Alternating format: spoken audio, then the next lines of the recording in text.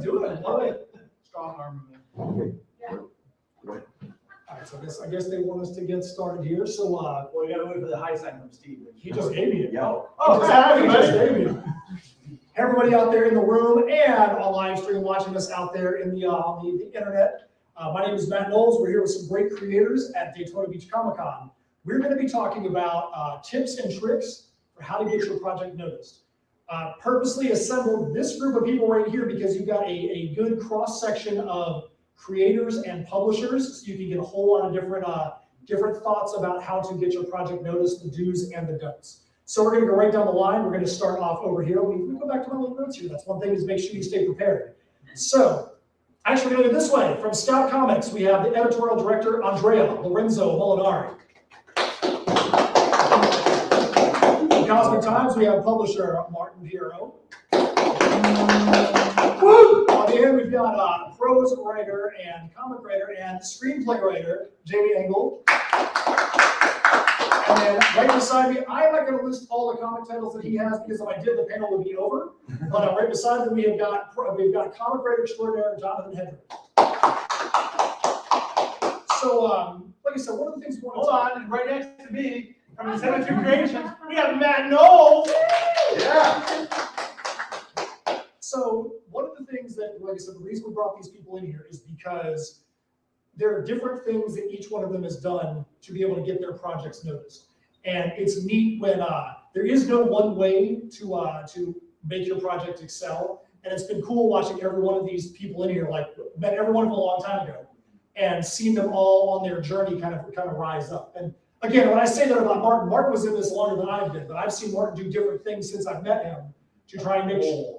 Well, to try and make sure that you keep your title out there in the consciousness. So Jamie, we're going to start with you. So you've got creations in multiple mediums. Tell us some of the things you've done. First, tell us some of the things you've done, and then tell us some of the ways that you got those creations noticed and the things you're doing to get them noticed right now. Okay, loaded question. I appreciate that right off the bat. No pressure. So I started writing books. That was the greatest way for me to get my stories out because I lived in Melbourne, Florida, and it was the early 2000s, and there was no way I was going to be making movies for my apartment. So I wrote some books, and then my kid grew up, he graduated, and what I did is I found that I had a great market with kids.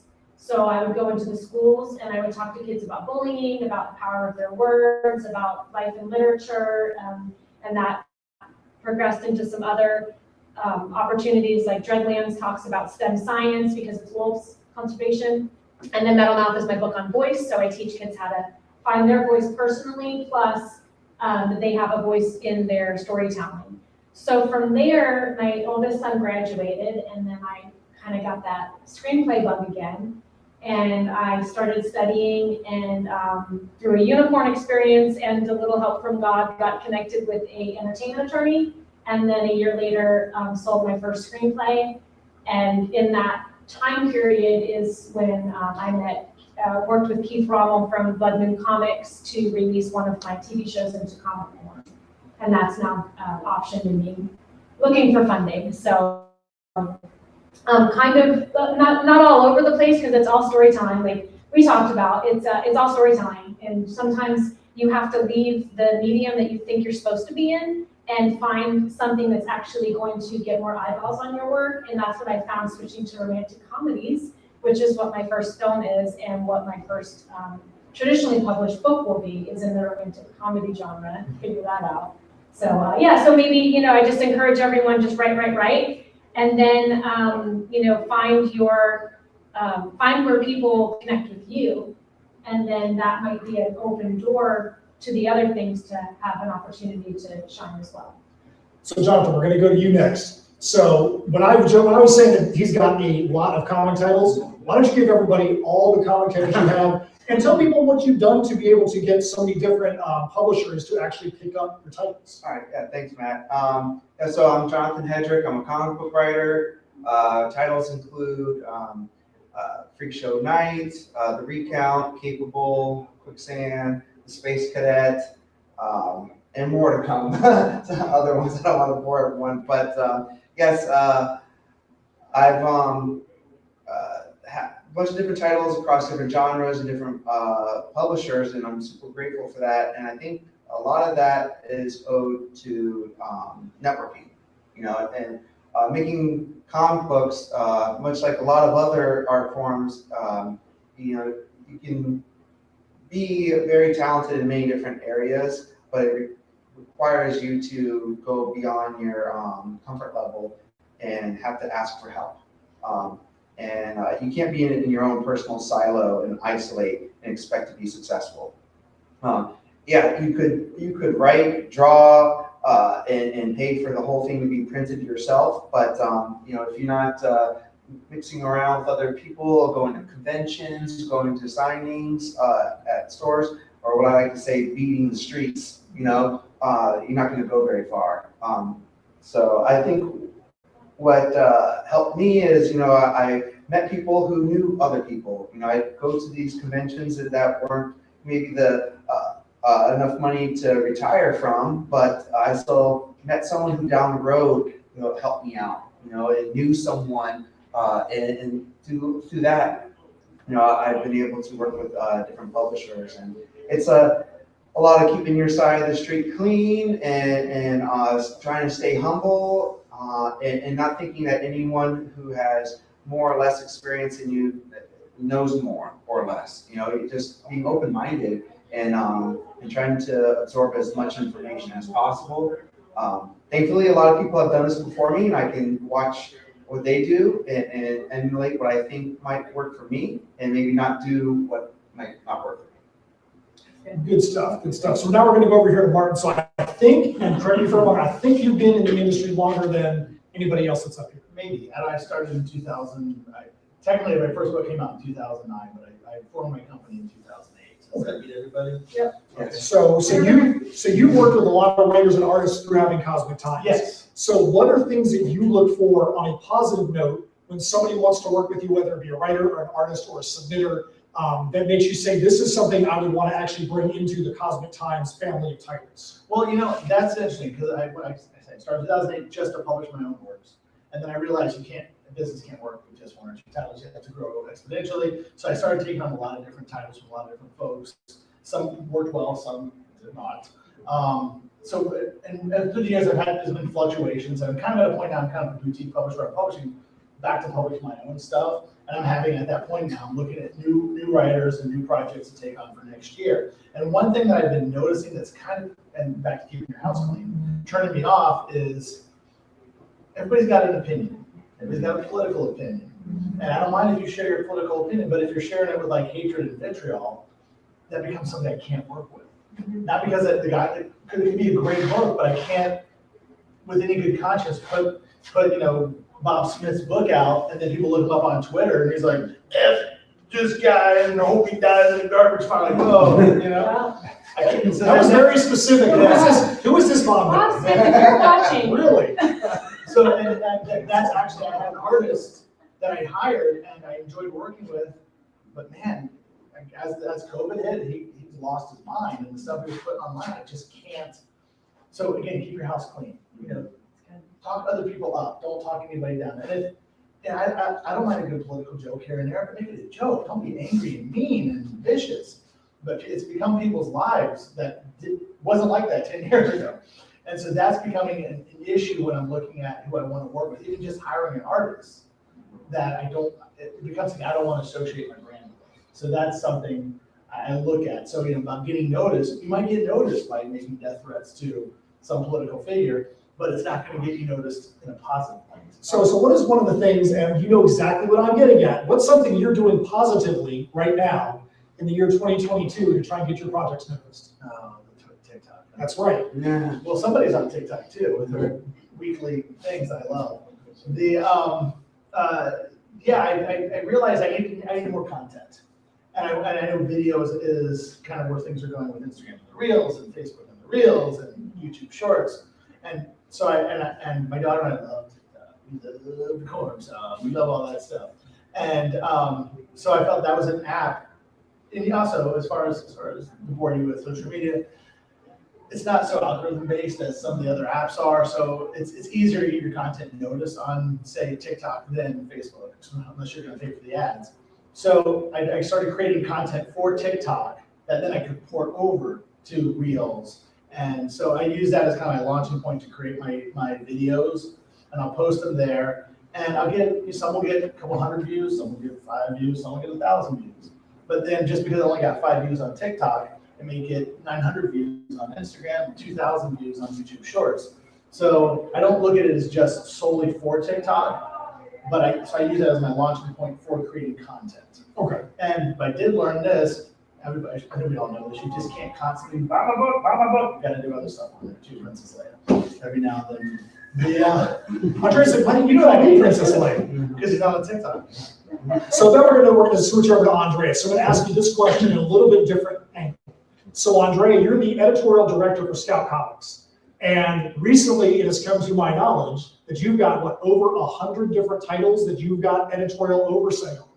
Well, the ones that I work with are probably closer to 130 that I've done for Scout, just for Scout. But then I have 4 or 5 editors under me. So each have at least 10 titles each. So that is an unbelievable number of titles you have to manage. So when you have these titles come across your desk, what are things that you see creators, what are the things that catch your eye? Because people out there watching, they could be a creator and want to know how to put it together, but they also might want to know what's going to catch the eye of somebody that's actually in that position of decision-making at a publisher. Okay, so I want to be clear is that I'm at a different point in the supply chain than where Martin is. Because when I get somebody, they've already got a contract. So I've done the work of the submissions editor, where I help to choose what gets selected for the press when I was working with Caliber Comics. But now I'm working as editorial director. There's so much work that comes with working with the titles that have contracts that there's literally no time to look at submissions.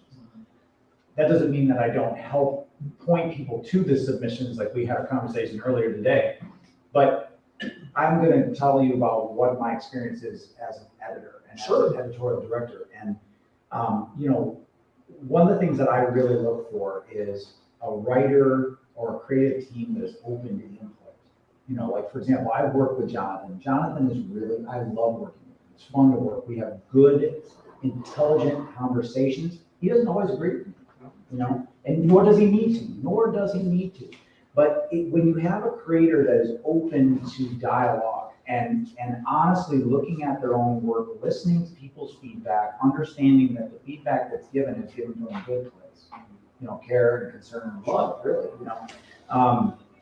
that allows for the title to fly. Like one of the things that Jonathan and I did recently was work on a prequel that he did called The Preamble.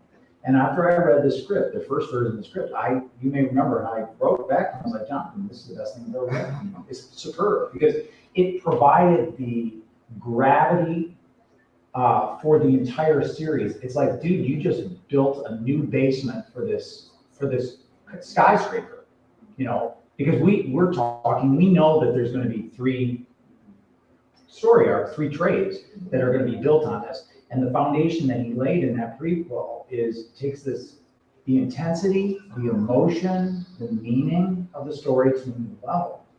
And we worked on details in that, and it was just a really satisfying experience for me as an editor. The exchanges that we had, the discussion about the mentality of the character, like what they might be thinking, how they might proceed, what kind of emotional state that they would be in.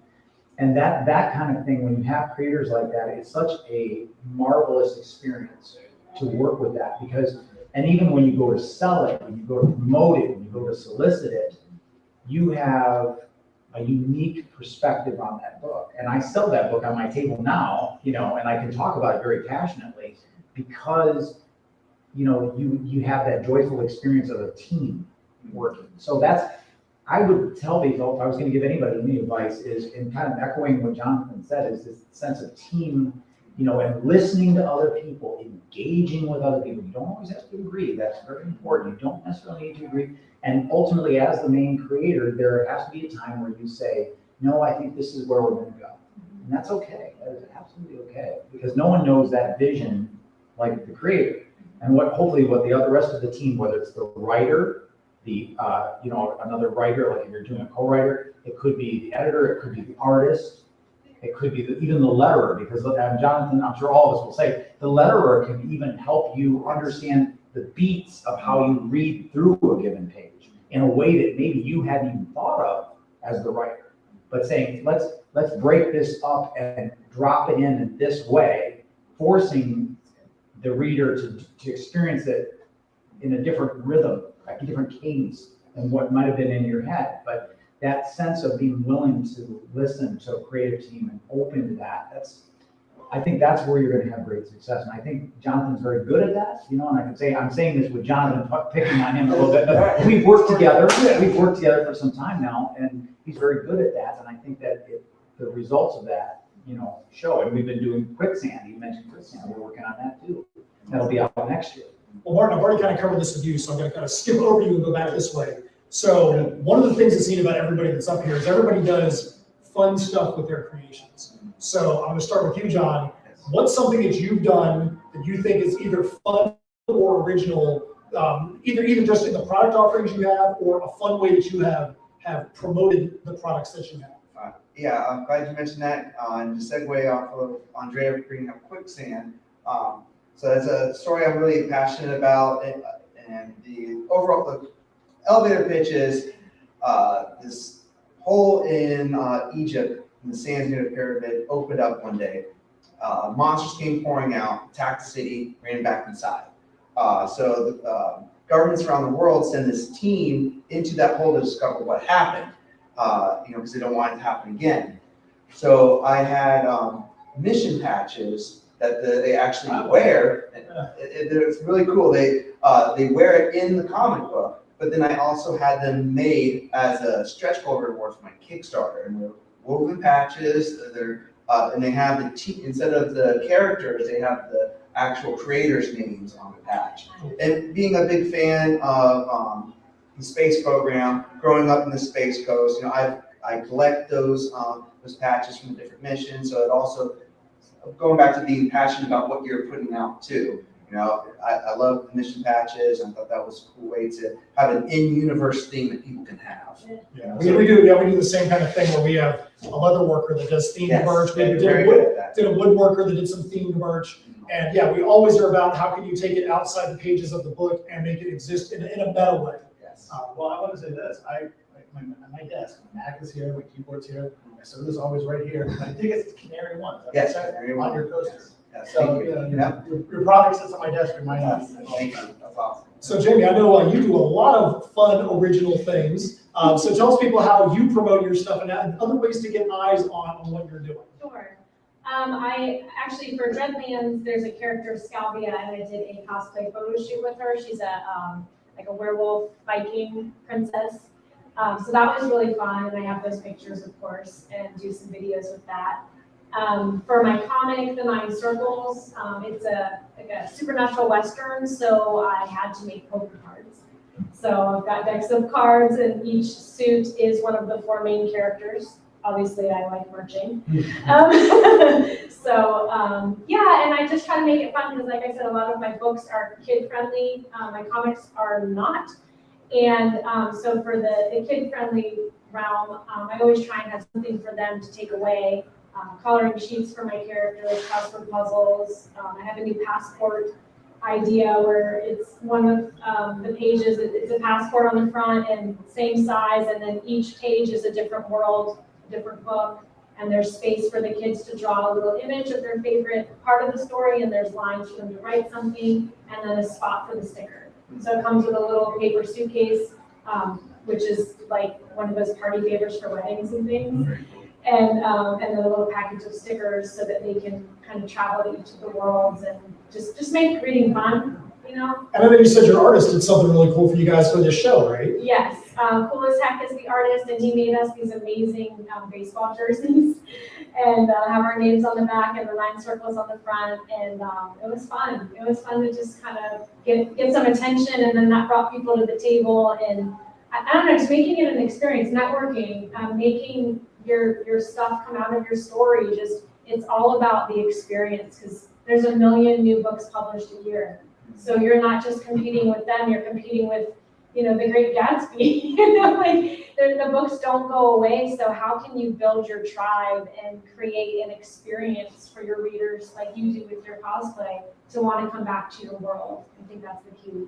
So, Andrea, with your title, The Shepherd, you've got some experience in the cosplay world as well. So why don't you talk about what you've done with your title and cosplay in that as well? Well, as you said, we did cosplay up until the pandemic thing. But my intent is to do it again. In fact, I've already committed to do it next week. So, for the Where are you going to be doing that at next week? in PalmCon in Palm Beach, West Palm And Beach. who's the one that runs that show? That would be Martin. Okay, so if you're watching this and you're not at Daytona and you're in the West Palm area, you need to make sure you go to PalmCon next week in West Palm Beach, Florida. Please do. Okay, so we digress. Now we're back. But yeah, it's, you know, I do the cosplay with that, and that has been very successful in terms of engaging people. I mean, my character has a staff, that's like a 7.5-foot staff, so it's kind of, it does get noticed. It has a lantern that actually lights up inside it. And that definitely, you know, and what actually was kind of is fun in my experience of cosplay is everybody wants to hold the staff. So I let them hold it, you know, I let them get pictures with the staff and we take pictures together and that type of thing. And it's an entree into the world. But all these things, they all have that in common. It's a way of connecting with the world. Yeah. Well, I'll be honest with you. I've been told, well, you should cosplay for your books. I always think, nah, that's an horrible idea. Until I saw this guy with a staff. I'm like, that's pretty cool. But here's the thing. We've been trying for years. Martin has a kids title he used to do called Sugar Boogers. And we're like, Martin, come on, you've got to cosplay something from Sugar Boogers. Who doesn't want to see Martin as a Sugar Booger? Come on. You know what I want to see Martin here. Okay. Retirement home soon. So again, Martin has already touched on another topic we want to go down the line and go to a little bit more negative side for creators that want to get out into the market. What are things that you would say are things that you really want to advise people against? I'll say either something that you did that you're like, yeah, that wasn't really a good idea, or hey, I needed to learn this thing quicker, or just, hey, this is just not a good idea to act in a certain way. So whoever wants to take it first, just go on ahead and take it while it's going around. I'll take it. Okay. Since we're back in negativity, that's my yeah. I'm a negative, grumpy old man. I was talking with, I can't remember his name, the guy from the Shadowrunner, yeah, with Tom Rock. We're talking about how this pool, it seems like it's vast and all these creators, it's not indeed. Everybody knows everybody, and a bad reputation will follow you for years. It takes a long time to shake that off. And I think everybody at this table luckily has had positive experiences. Nobody's like, Well, it does demand fresh flowers and I saw chocolate. that. And red carpets. Yeah. Green M&Ms only. Exactly. But that's the thing to consider, that, you know, if you start not using that, but if you start deviating out, or you start becoming difficult, that gets out. And you won't realize it's getting out. When people can talk behind each other's back, that's the reality of the world. And it'll get out. There's a guy yesterday that I spoke to about something he works with, like, this guy's got a bad reputation. He even knew it. So that's key, is try to keep your interactions with people positive. And again, to the social media, there's a creator we all know that I won't work with, because I've seen him blast other creators he's worked with, and I never want to be that guy. I want to be the guy getting blasted by him on Facebook. So, and you know, great guy, very supportive guy, but I don't want to be in those crossfires ever. So I'm never work with the guy. So those are things you have to be cognizant of, that everything you do, and like Tom and I were talking about, it's happening in Florida, you know, and we're a tighter community in Florida. It gets talked about at Heroes Con. It gets talked about in New York. So your reputation will be placed you in the middle house until you get there. So that's a major thing. And like I say, you've been on like Tom, Tom runs the show, Tom Robb, he knows everybody. Mm-hmm. And you know, when things pass through him, it gets out there. So don't cross Tom. Tom is the con father. He loves that title. He wants everyone to call him the con father, make signs for it. He loves it. But just to that, we're talking about Tom getting deals when he buys comics, because Tom's a comic dealer, that people trust Tom because his reputation is so strong and so golden that he's trusted. Just like Andrea's got a big golden reputation, people like you, you're a friendly guy, and people like you, so you have a golden reputation on you, Matt, not so much. But you know what I'm saying, a good reputation is as good as it is, as strong as a bad reputation. So Jamie, let's go over to you and kind of ask the same thing. What's something that either you've learned, like, hey, I did this thing wrong before and I really needed to learn that lesson a lot earlier, or something you're like, hey, I really need to steer clear of this kind of attitude, just anything on that line as far as something on the negative side to steer away from? For me, the two things that I think I've done well that are negative, that makes sense, right? Is that double negative? Not being starstruck when you're offered a contract, that it's your intellectual property, it's your creativity. Don't give it away. If you don't understand every word in that contract and it's non-negotiable, then don't sign it. Figure out a way to go somewhere else or negotiate your contract, because people give their rights away and they don't know what they're doing. And it's once it's gone, it's gone. And I know people that have signed their books and the contract said like in perpetuity, like forever, they'll never get their rights back. And shame on whoever does that. But so just understanding that the people, like the publishers at this table, they're people, they're not unicorns. And I think that creatives get so excited. Speak for yourself. That I think creatives get so excited that they just give their rights away and they don't protect themselves. So either hire an attorney to read it with you, understanding you're not going to get 100% of what you want, because everyone's trying to make money and everyone's working as a team, but that it needs to be a fair contract. And I think that a lot of creatives have no mind for business and that they shoot themselves in the foot. But it's also double-edged for creatives. Some of them, their lack of a mind for business keeps them from ever going forward. Correct. And that was the number two is, no, you're fine. You know this part, that it's a business. You're not an artist. If you want to be an artist, then go do that somewhere that you don't plan on making money off of. You can do both, but this is a business and this is a product. This isn't my art, even though it is my art. Yes. So you have to understand that when you publish a book or you go with a publisher and they publish your book, you are now a LLC. You're a small business. You have to market, you have to promote, you have to, network, you have to get to conventions, you have to work your tail off, because nobody has ever knocked on my door and said, hey, I'm here to buy all your books. Never. Not once. I've been doing this for 10 years. No one has ever knocked on my door to buy all my books. But you hit it on the head. I've worked with plenty of comic artists, and they're all like, my art, I'm like, are you selling it? Yeah. It's a commodity. Right. Yeah, it's your art, but it's a commodity. Just because you created it doesn't mean that you're owed a purchase. And I heard this on a podcast the other day and I wrote it down, and that's my new mantra. The only thing you're entitled to is doing the work. Nothing else. That's it. I'm going to take this too. I think one of the things that people have to realize is that your time is finite. You don't know how much time you have left on the planet, nor can you make there be 24 hours and 1 minute in a day. Right. So you need to understand what it is that you know and what it is that you don't know, and try to just learn and make sure that everything you're doing efficiently. I know for myself, when I moved into comics, I came from the metal music world, prose writing, poetry, and it took me a long time to realize that what I originally thought was, hey, I'll just go make this comic. Yeah, it was not a comic. It took me working with Steph Cannon and us taking our two minds and putting them together for her to really be like, hey, if you want to write a comic, let it be a comic. And again, she didn't say it in that terse of a way, but it was, you need to learn certain things. You need to learn how to letter. You need to understand that it's not just randomly throwing crap on a page and people are going to be like, hey, it's okay. Andrea is an editor, and I guarantee you that if he would judge 100 titles and guarantee in your mind, you know what's the worst art that you've seen, you know what the worst letter is that you've seen, and you never want to be that guy. You never want to be that girl that is, hey, I guarantee I've got the worst reputation in the mind of the editor with what my art looks like. So understand those things and know that you might have to go and pay to get a letter. You might have to pay to go get a good artist.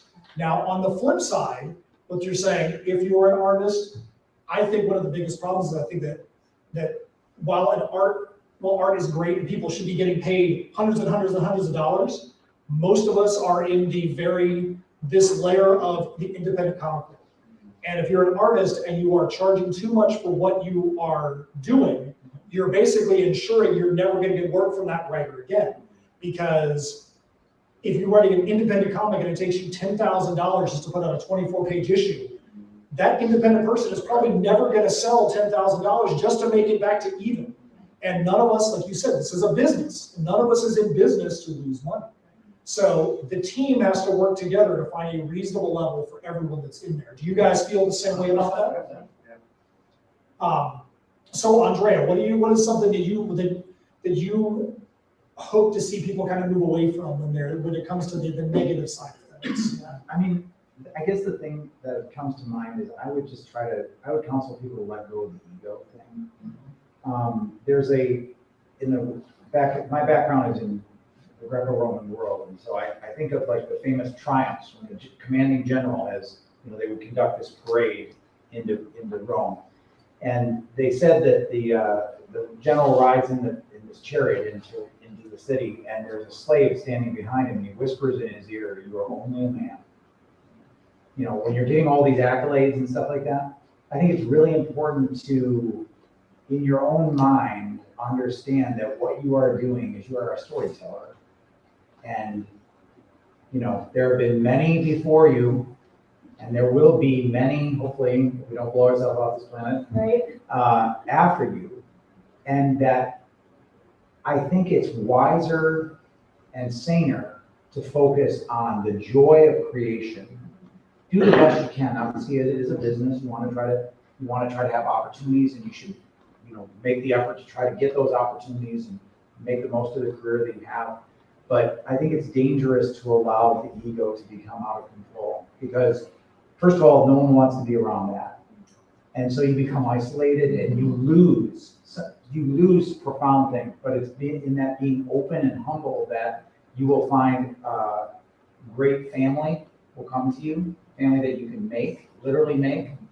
And I think that enhances the journey. I guess what I'm telling you is, don't be so intent on this end goal of whatever success, whatever the hell that is, Right. that you miss out on this joyful experience of creating new things, wowing people with the preamble, whatever that experience is, and enjoying and celebrating those moments with the friends and family that you have, that come to you, that you cross paths with, that enhance your life. I got jump on that. Oh, Okay. Yes, jump on that. I will say that when I started the business, the goal was to get into diamond, be a diamond publisher, and like I did the work, and I became a diamond publisher. And I got to that point, like that was the definition of success. Right. Yeah. And I felt kind of hollow. Like, well, what's next? No, there really isn't much next after this. And so over the last few years, I've gotten back into writing comics, and the joy of actually creating comics. I remember telling my creative director, Zach, I'm enjoying writing comics again. So yeah, there's a lot of that. And also with ego, I mean, everybody here has earned a place at the table, So, but you see a lot of people in this business who've been in the business for 3 weeks, and they're acting like they're the next Stan Lee, and that, like you say, it puts a wall up between them and everybody else, because they put themselves on the island. And and I feel bad when I see people do that. I don't do that. It's like you said, be humble. Because again, be grateful where you are. You're making comics, you're writing books, you're making records and making comics, And I hope you're still writing, right? Oh, yeah. I was gonna ask you, with all your work, are you still working on more Yes, stuff? yes, we are. Which Yeah. sometimes I feel like there's not enough hours in the day to do it. But but also like I said, it's the joy of the experience. It's like there is legitimate joy and pleasure in working with another person as an editor. Again, this goes back to my background when I was as a professor. St. Augustine talked about the idea that as a teacher, that you have to learn to love your students. And if you love them, the teaching comes from another place. And I think in a lot of ways, the editing, that's the same thing. For me, it's like back when I was working with my grad students. And I find myself loving my, like you care about them. They're like family to me, there's a richness to that. I think is worth. It goes back to that journey. That journeying with, who are you journeying with? Right. you know. And it doesn't have to be all about you scoring touchdowns. You can appreciate your friends and family succeeding, and you can be part of that success. Even if it's just coming in, patting them on the back, you know, or in my case, busting Jonathan for jobs all the time, you know. Well, I can It's like say, somebody needs to, I'm the guy behind them, you're only a man. Remember. It is a community. I remember when we did, it was some show in one of the Carolinas, I don't remember which one it was, Soda City, and we got there, and you were there like, oh, my God, it's here. People we know, the community, because it is a community. You network and you weave, and I love seeing Matt all the time. Like, we had dinner, I was like, you know Matt. And I saw you were there, like, oh man, why is he not joining us for dinner? Yeah, I want to. we did, he didn't, in his contract, he was not allowed to sit at the table with us. I want to table with like 50 people. Not trusted to sit at the table. But no, I'll be honest, part of doing PomCon, and this is gonna be weird, this sounds like an ego moment for me, is I've worked with guys like Creature Entertainment, who we don't see at cons anymore. And Greg Kirkpatrick and Vinny, and then you, and thank God you're coming, or thank you. And Jamie, who are coming, I want to be at PomCon next week, but I can't be in 2 places at once. Just know PomCon is a great show. I'm telling you, it's a great show. I hope a lot of people come, and it's a well-attended show, but I always say if it's just okay attended, at least we're all together. You know, hopefully we'll be together a little bit for that, and we'll have some good times with that, because that's part of what I love about this going to these shows. I mean, I hate driving shows. I hate having to back the car up and get sweaty. I'll leave my house. You know? But coming here and seeing people, like I always look to see who's going to be there. Well, I know them. And like again, that one show at Soda City. Oh, thank God you're there. You know? That's how I started about your son actually. Is he still dating? Okay. He was dating my niece. So there Oh. you go. What kind of a weird plot twist is that? That is a weird plot. So I want to go back to one thing, Andreas, and I'm going to pose one quick question to each person before we decide to wrap this up. So when you talked about the journey, that is something my mantra is a success is just a series of daily checkpoints. If you've got your goal out there to get to diamond, your goal isn't that's the first time I'm going to be happy is to be a diamond. It's hey, today I actually sent these 5 emails to the people to get that one step through. Did I do everything I could do today to keep my business moving forward? And if you did, that's a successful day. That's a checkpoint. You're hitting those checkpoints along the way. And that's where you need to derive your enjoyment from. Not, I'm going to wait till tomorrow to have joy because you don't know if you're going to be here tomorrow. Every one of us, we're going to be here today and not be here tomorrow at some point. So if you're waiting for tomorrow to have joy, you might be skipping out and missing out on the joy you need to be having. And that's why I do this hashtag wins for the week dances. I love them. When I don't see them, I'm like, what happened? Yeah, well, I got a lot of that, so I started doing them again. Can we get Martin on that, I please? love it. Whatever I want, it's not me. It's not a brag roll. You know, I'm not just like, look what I did this week. It's because the goals are so lofty and there's so much to do to get there that you can get really, really over it about right here. So if you celebrate, I wrote a chapter today, or I booked a con, and I just read something I wrote yesterday. That's all you can get to this week. Those are your wins for the week, and then together we can support each other and celebrate with each other that look at all we've done. And then when you hit that milestone, people, I mean, you guys journey with me for 3 months to hit that milestone. Y'all are celebrating, and vice versa. So I love doing this hashtag wins for the week every Friday. So like, do them. I want everyone to do them. Guys, listen, like the last one, which was brilliant. I don't know, you probably didn't play this, but one of them, it's like 3 lines. The one you do to this side. I don't know which one it was. But you can't read it in one viewing, which is great. So it takes 3 viewings, which means the algorithm gets that 3 views. That was smart. Listen, Yeah. I'm not gonna say that's not strategic. I was like, darn, I gotta watch it again. There's my win for the week, right there.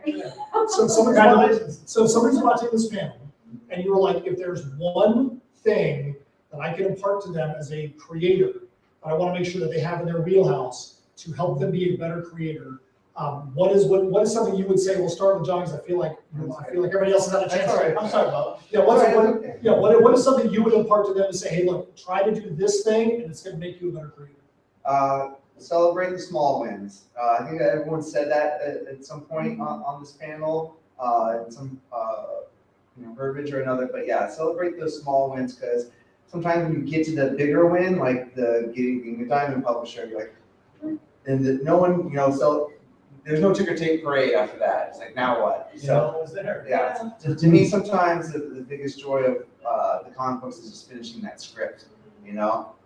And nothing bursts down on the computer when I get finished. The mayor doesn't call me, for the key to the city, but I finished that script. And that's like such a small percentage of everything I do for the comic books. The project management, the social media, the marketing, the appearances.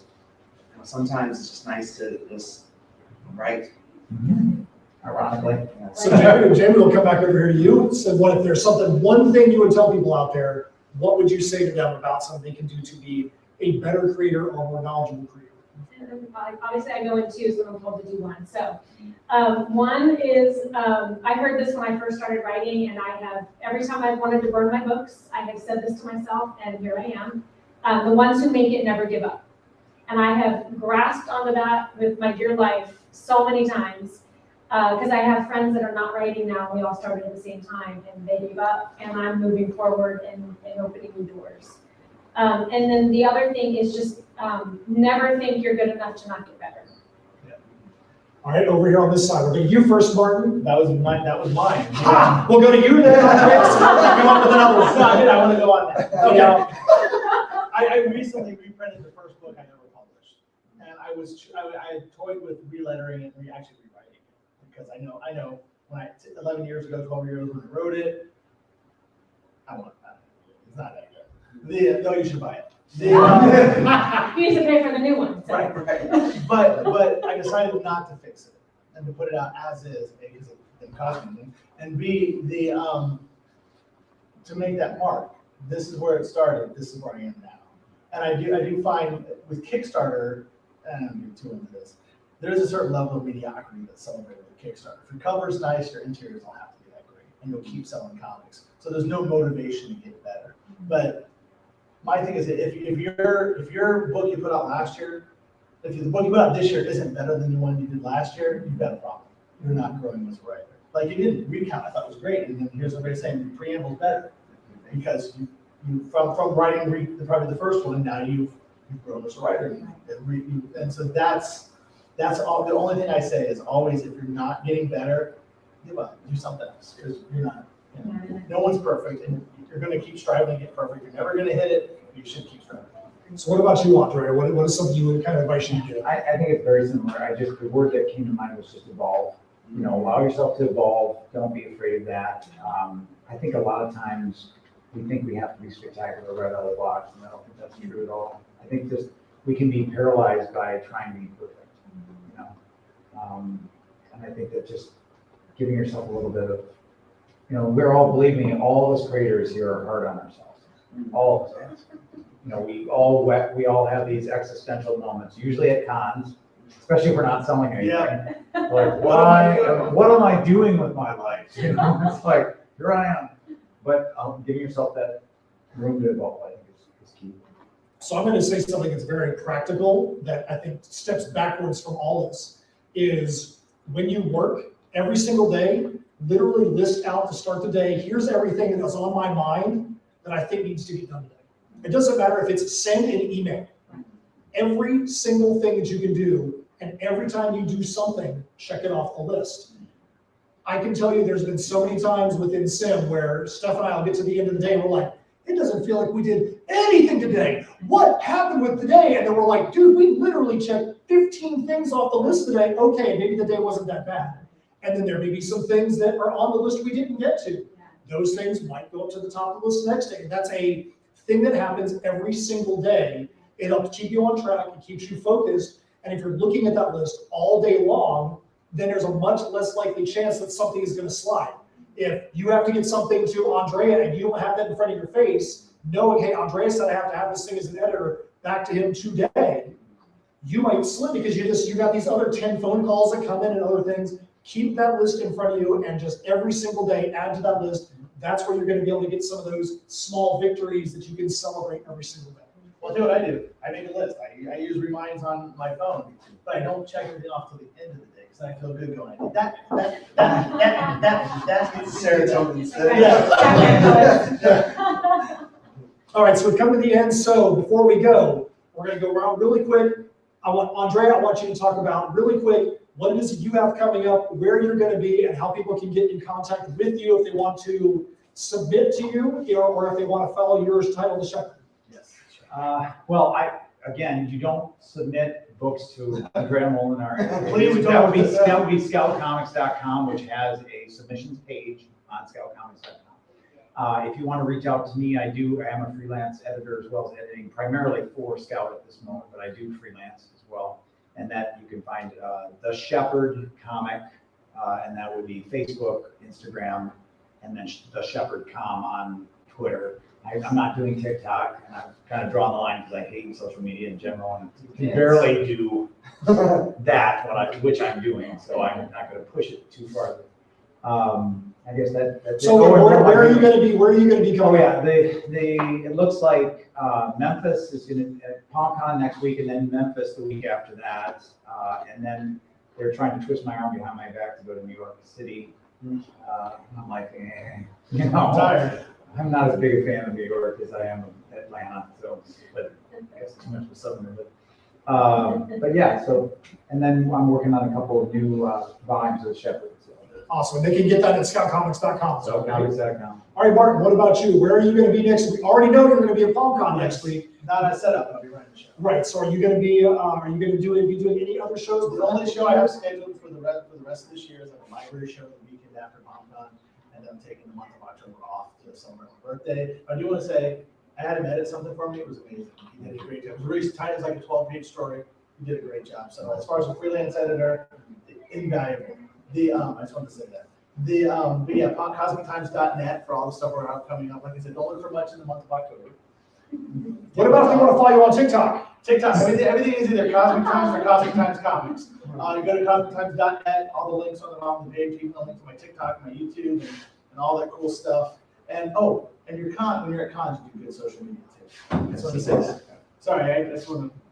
All right, John, so what comics do you have coming up soon? What shows do you have coming up soon? How can people get in touch with you if they want to find you on social media? All right, really proud of the project I have coming out next week from Mad Cave Studios. It's called Lower Your Sights. It's an anthology that is raising proceeds and awareness to children impacted by the Ukraine war.